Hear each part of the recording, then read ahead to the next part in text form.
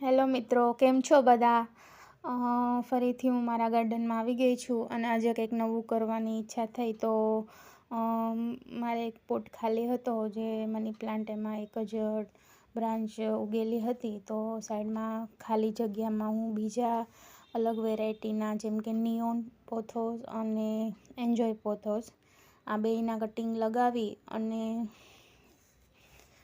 3 in 1 pot કરવા માટે તૈયાર કરી રહી છું. આ માટી ભરેલી જ છે આમાં, અને થોડું કમ્પોસ્ટ એડ કરી અને ડાયરેક્ટ હું કટિંગ લગાવીશ. અને મની પ્લાન્ટના કટિંગ હંમેશા આડા જ લગાવવાના છે. કોઈ પણ પોટમાં તમે લગાવો, તમે જોઈ શકો છો, બહુ પ્રેસ નથી કરવાના, હળવે હાથે જ તે છોડી દેવાના છે. અને ઓવર વોટરિંગ નથી કરવાનું, ખાલી માટી જ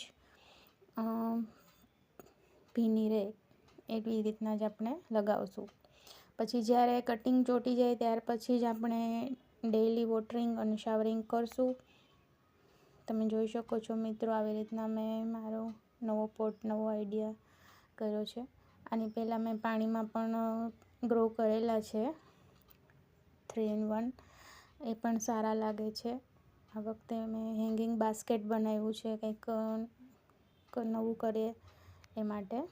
બાકી બીજા બધા કટિંગ્સ ખૂબ જ લાંબા થઈ ગયા હોય તો આપણે આવી રીતના નવો પોટ બનાવી શકીએ.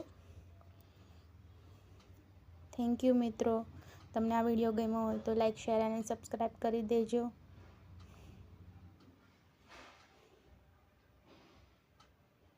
Bye bye.